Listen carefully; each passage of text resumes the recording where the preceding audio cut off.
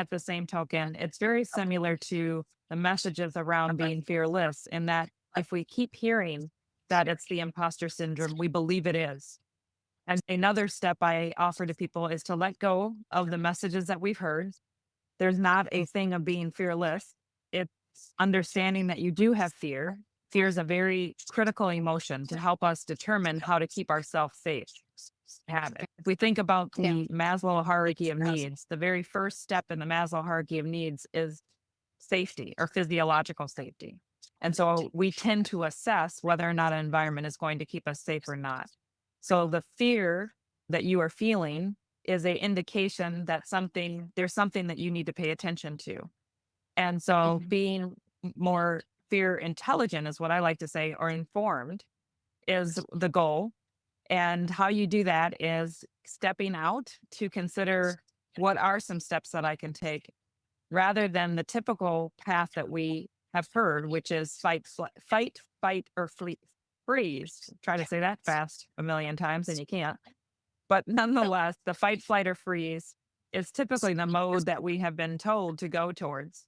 And that's good when again, if we're anticipating that, I like to say, we're going to bleed, or something bad is going to happen to us or someone else, or there's actually could be death involved. We should caution, right? But we do take risks every single day. We literally go to sleep every night. We're not sure if we're going to wake up. So I like to share with people that being willing to do the things that frighten you, try them, so that you can at least build up the capacity to improve doing it. For instance, I used to not like to do presentations. However, I learned that my not was more about I was excited and did not like to wait. The anticipation was the part that I didn't so much, but the actual doing it, I enjoy. And it's understanding that if you at least step out and do that activity that you might be frightened about, the more you do it, the more likely you will build the muscle to improve. You will Yeah. also more likely identify that you are excited about the activity as opposed to afraid of it. Exactly. Yeah. Apparently, research shows that excitement and anxiety That's right. have completely similar or even same physiological and chemical process in our bodies. It's all about the meaning that we give to it. And I Yes, believe yes, that yes. working with a coach or working with a trusted partner in order to reframe these things can really be helpful.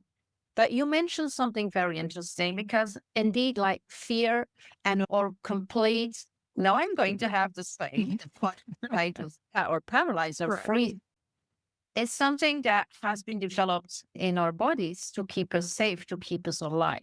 All right. That's So, right. and as you say, we are taking a lot of risks every day. I mean, even going to work, taking the car Yes. or taking a Yes. train or taking a plane, it's a risk, right? If we're talking about that whole system to keep us safe, and then we put that in a corporate situation, right? What is there that can kill us?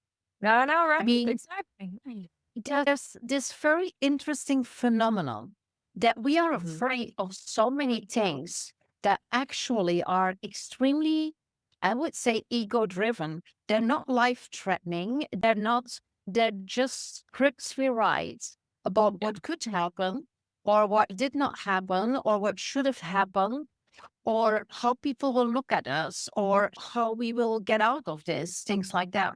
But if That's we right. look at fear and the concept of fear and why it is here, like you say, to protect us, basically to protect our lives, how is it possible that we are afraid of so many things that in 90% of the times don't even happen because it's like scripts right for the future and that are actually absolutely not life threatening?